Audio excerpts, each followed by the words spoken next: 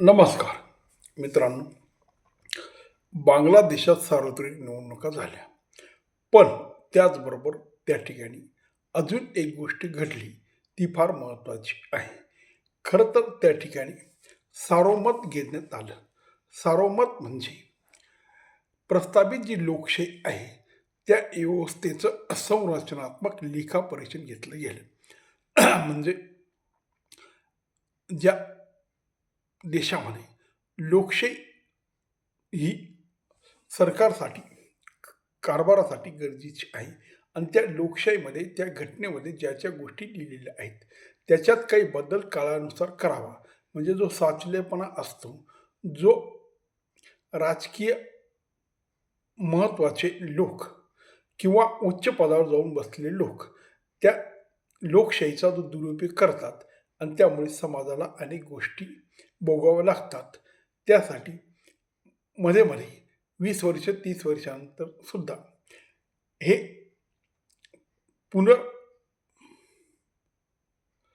लेखापरीक्षण झालं पाहिजे आणि ते बांगलादेशने घेतलं.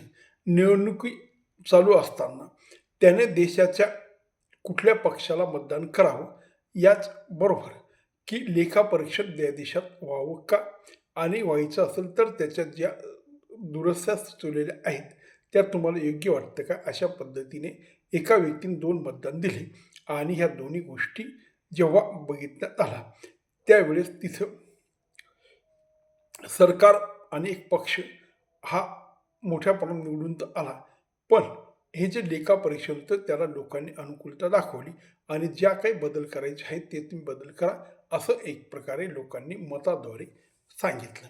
आता यात सगळ्यात महत्त्वाचं म्हणजे की 10 वर्षापेक्षा अधिक काळ पंतप्रधान म्हणून राहता येणार नाही, अशी एक प्रकारे घटना दुरुस्ती त्या ठिकाणी होणार आहे आणि ती फार गरजेची आहे. कारण शेख हसीना या 15 वर्ष सत्तेवर होत्या आणि त्यानंतर फार त्या मुजोर आणि बेमुहूर्तखोरपणे राज्यकारभार करत होत्या. त्यांच्या विरोधात असणाऱ्या लोकांना त्या जेलमध्ये टाकत होत्या. विरोधी पक्षांना त्यांनी सळखळ करून सोडून टाकलं होतं आणि एक प्रकारे त्या देशात हुकुमशाह बनलेल्या होत्या. त्यांचा परिणाम त्यांना भोगावा लागला. पण ही जी 10 वर्षाची अट आहे, ही आपल्या देशात सुद्धा गरजेची आहे. कारण आपल्या देशात पंतप्रधान किती वर्ष राहावा हे बंधन नाही, पण राष्ट्रपती किती वर्ष राहावा हे बंधन मात्र पंडित नेहरूंनी त्या काळात घातलं.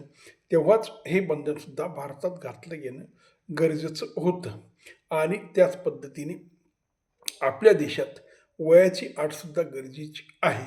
कारण मोरारजी देसाई मला वाटतं 80च्या पुढे आणि अटल बिहारीसुद्धा 80च्या पुढे पंतप्रधान झाले. अर्थात तब्येत चांगली असणं, बुद्धी तल्लख असणं आणि राजकीय प्रगल्भ अनुभव असणं, तेव्हा ते पद त्या व्यक्तीला देण्यात हरकत नाही. पण तरुणांना यामुळे वाव मिळत नाही. बाकी जे राजकीय, ज्यांच्या मोठ्या प्रमाणात आयुष्य राजकारणात गेलेले आहे, ज्यांनी मोठमोठे पदं भूषवली आहेत आणि उत्तम काम केलेले आहे, अशा लोकांना मागे राहावं लागतं आणि एकच व्यक्ती 15-20 वर्ष संलग्न पंतप्रधानपदी असते. एवढ्यासाठी खरं तर वयाची अट असणंसुद्धा गरजेचं आहे. त्याच पद्धतीने बांगलादेशमध्ये पंतप्रधानपदी असणाऱ्या व्यक्ती ही पक्षाचं प्रमुख राहणार नाही. म्हणजे जर आपल्याकडे BJP हा पक्ष असेल आणि त्या ठिकाणी पंतप्रधान मोदी हे पंतप्रधान बी आहेत आणि BJP पक्षाचे अध्यक्ष आहेत, असं होता कामा नये, असं त्यांना म्हणायचं आहे. त्याचप्रमाणे आणीबाणी लावण्यासाठी मंत्रिमंडळ व विरोधी पक्षांची लेखी मंजुरी घ्यावी लागेल. आपल्याकडे ती मंजुरी राष्ट्रपतीकडून घेण्यात येते, पण विरोधी पक्ष नेत्याची सुद्धा मंजुरी घेणं गरजेचं आहे. म्हणजे आणीबाणी लावणं किती अवघड होईल हा जर कायदा मंजूर झाला. भारतात मात्र एकदा इंदिरा गांधींनी राष्ट्रपतींकडनं मंजुरी घेऊन ही गोष्ट केलेली होती. त्यासाठी मोठा अटकाव बसेल. सर्वोच्च न्यायिक परिषद आणि न्यायाधीश नियुक्ती आयोग ही स्वतंत्र मंडळ नेमली जातील. अर्थात ती बी आपल्याकडे स्वतंत्र मंडळ आहेत, पण त्यांची जी नियुक्ती असते त्यात पंतप्रधानांचा हस्तक्षेप राहणार नाही. हा फार महत्त्वाचा मुद्दा आहे. भारतात पंतप्रधानांचा हस्तक्षेप किंवा पंतप्रधान त्या निवडीला जबाबदार असतात आणि ते निवड करण्यात सहभागी होतात. ती गोष्टसुद्धा निवडणूक आयोग आणि न्यायाधीश मंडळ आहे, त्या ठिकाणी पंतप्रधानाची जी नेमणूक करण्यात आली आहे ती जरी करायची असेल पण त्याचबरोबर विरोधी पक्षनेता किंवा सुप्रीम कोर्टाचे प्रमुख न्यायाधीश हे सुद्धा असणे गरजेचं आहे. तेव्हा मित्र आणि त्याच पद्धतीने त्यांनी समता समानता अशा प्रकारे जसे आपल्याकडे भारतात धर्मनिरपेक्षता वगैरे असे जे काही मुद्दे घटनेत आहेत तसे ते मुद्दे त्यांनी सुद्धा घेतलेले आहेत.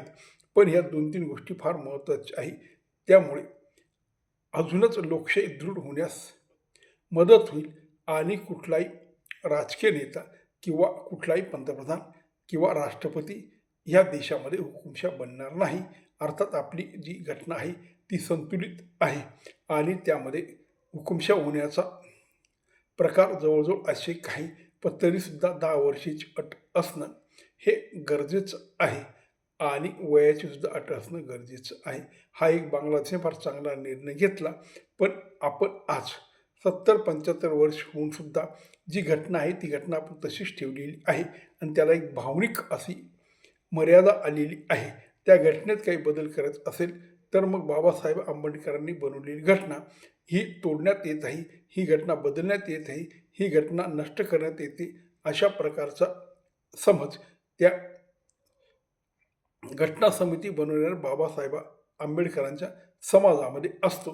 त्यामुळे मोठ्या प्रमाणात विरोध होतो. अर्थात वेळोवेळी यात घटनेत मोठे बदल झालेले आहेत, पण समग्र घटना बदलण्यात आलेली नाही. बांगलादेशमध्ये समग्र घटना बदलण्यात येणार नाही, फक्त त्याच्यात काही गोष्टी ह्या टाकण्यात येतील. अशा पद्धतीचे हे सार्वमत त्या देशातल्या प्रत्येक नागरिकाकडून घेण्यात आलेलं आहे. आपल्या देशात असं सार्वमत व्हायला हवं आणि कुठले बदल झाले पाहिजे याची ही सूची लोकांना दाखवून त्यांच्याकडनं सार्वमत घेऊन आपल्याला काय बदल करायचं एकदा ठरवणं गरजेचं आहे. नमस्कार.